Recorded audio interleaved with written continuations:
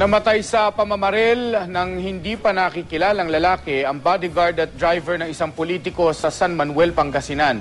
Nasugatan naman ang isang re-electionist councilor sa mga Tarem, Pangasinan matapos tamaan ng ligaw na bala. Makibalita tayo kay Alfie Tulaga ng GMA Dagupan. Nagpapagaling sa paggamutan si mga Tarem Councilor Raimundo Cruz matapos tamaan ng ligaw na bala sa lugar kung saan ginaganap ang isang political rally. Base sa investigasyon, napadaan si Cruz sa rally ng ilang lokal na kandidato ng Liberal Party nang umalingaw-ngaw ang 30 putok ng baril. Ilang sandali pa, nakitang tinamaan ng bala ang kaliwang braso ni Cruz. Napansin niya na nagkaroon ng medyo nagtakbuhan yung mga tao. So, pati siya, aalis na rin sana. Kaya ngayon, biglang may narinig na pumutok na baril.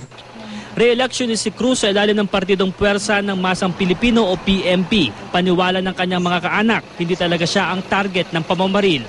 Talagang makukuha siya kung ididirekta sa kanya yung potok ng baril. Pero tinamaan lang daplis tong kanyang kaliwang kamay. Ang gulong may kinalaman sa politika ang iniimbestigahan ngayon ng pulisya. Sinusubukan namin kunan ng pahayag ang mga nag-organisa ng rally ng local candidates ng LP. Inaalam na ng pulisya kung sino ang nasa likod ng pamamaril.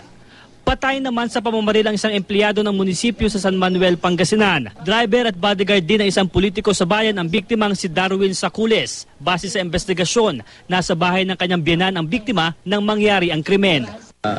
Tumakbo daw itong biktima at hinabol yung tatlong kalalakihan at doon na nagkaroon sila ng putukan.